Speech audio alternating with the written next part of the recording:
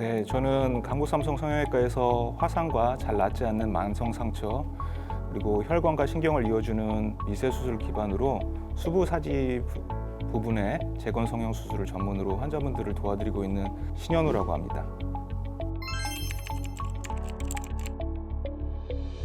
화상은 흔히 뜨거운 것, 열 에너지에 의한 인체 조직 손상으로 화상을 정의할 수가 있는데요. 화상은 일반적으로 뜨거운 것에 피부가 대인 것으로만 생각하시는데, 뜨거운 것 이외에도 방사능, 전기, 그리고 화학물질, 그리고 마찰열에 의한 손상도 화상의 범주에 들어간다고 할 수가 있습니다.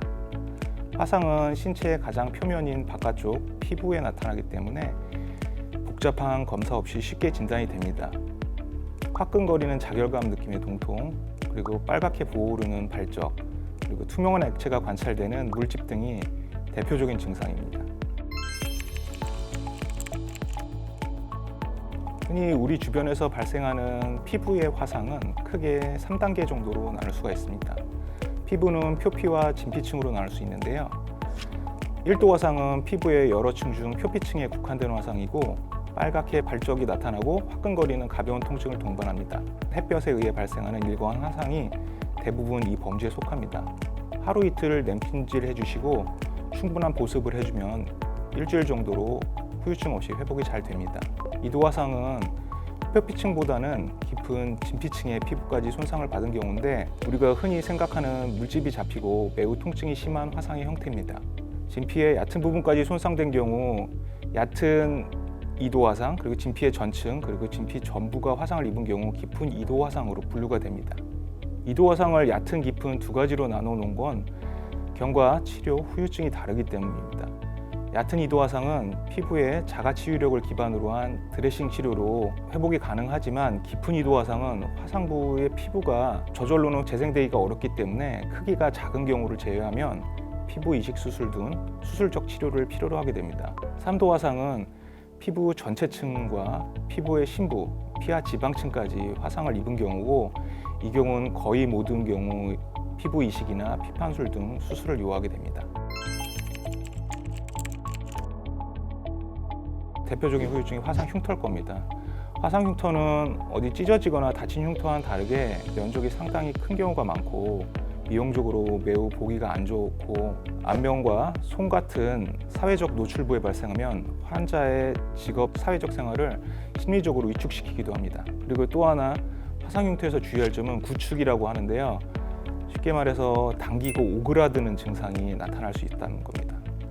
손가락, 목, 어깨와 같이 자연스럽게 움직여야 되고 일상생활에서도 많이 사용되어야 될 이런 기능적 부위들이 화상 흉터가 상당히 크게 발생하게 되면 미용적으로 보기 싫은 문제가 아니라 손가락을 다 펼 수가 없다든지, 어깨 위로 팔을 올리지 못한다든지, 목을 자유롭게 움직이지 못한다든지 하는 기능적 후유증이 발생할 수가 있습니다. 화상 흉터를 줄이기 위해선 우선 초기 대응을 잘해서 화상 단계를 낮추는 것이 좋습니다.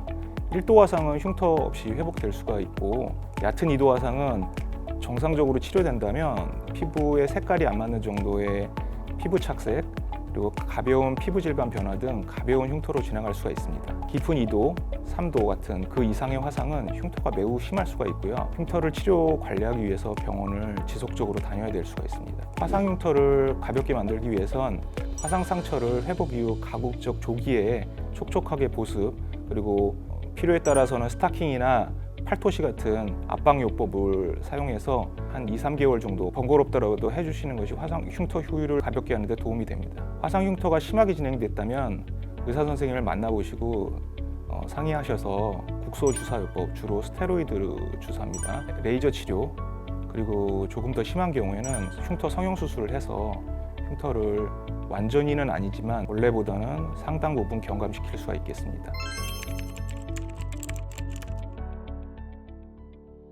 화상 치료에 있어서 제가 주안점을 두는 부분은 환자의 개개인, 그리고 부위별, 화상 정도별, 그리고 세분화된 개별화 치료를 추구하는 것입니다.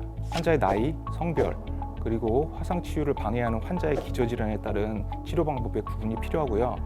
또한 화상이 안면, 그리고 수부와 같이 미용적으로 중요한 노출부에 생겼는지, 아니면 손가락, 목, 어깨, 무릎 등 기능이 중요한 부분에 생겼는지에 따라서 화상을 드레싱 치료하느냐, 그리고 아니면 성장인자 콜라겐 같은 약간 특수 드레싱 요법으로 치료를 하느냐, 아니면 적극적으로 수술 요법을 하느냐 등 차별화를 줄 수가 있습니다.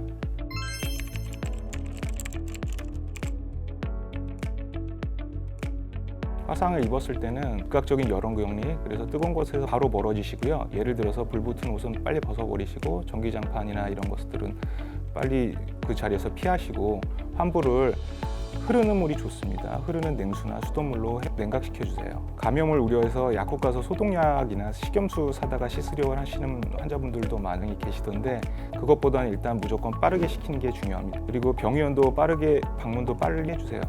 화상은 수상 즉시에는 큰 피부 변화가 나타나지 않습니다.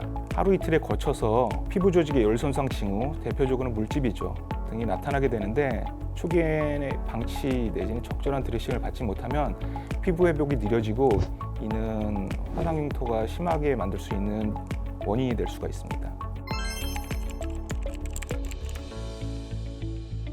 앞서 말씀드린 화상 초기 조치들을 반드시 알아두시고, 그리고 화상을 입었을 때 약간 심하고 병원까지 갈 별거 아니다라는 느낌이 드시더라도 화상 부위 통증이 느껴지신다든지 증상이 있으시면 가급적 빠른 시간 내에 병의원을 방문해 주세요. 방치하거나 이제 민간 요법을 쓰시면서 지연하다가 안 나와서 내원하시는 환자분들이 꽤 되는데요. 이러면 수술 안 할 것도 수술해야 되고, 흉터가 가벼울 것도 심하게 됩니다. 그리고 어린아이를 키우시는 부모님들은 뜨거운 국물, 죽, 밥솥, 다리미를 항상 주의해 주시고 아이가 접근할 수 없게 해주세요. 어린 나이에 발생하는 화상 흉터는 평생의 심리적, 기능적 문제를 초래할 수 있습니다. 예방이 초기 대응이나 치료보다 더 좋겠죠.